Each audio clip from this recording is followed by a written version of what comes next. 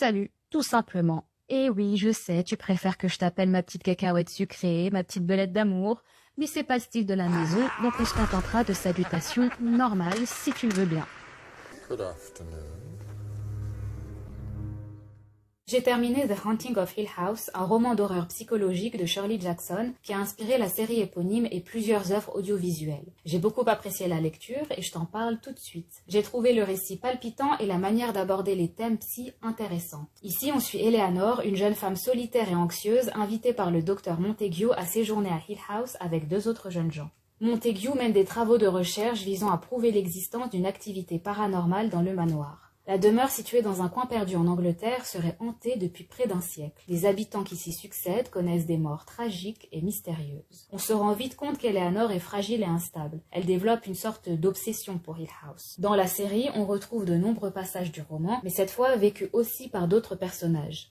On y suit la famille Crane qui a vécu à Hill House pendant un temps avant de devoir quitter la demeure dans l'horreur et les pleurs.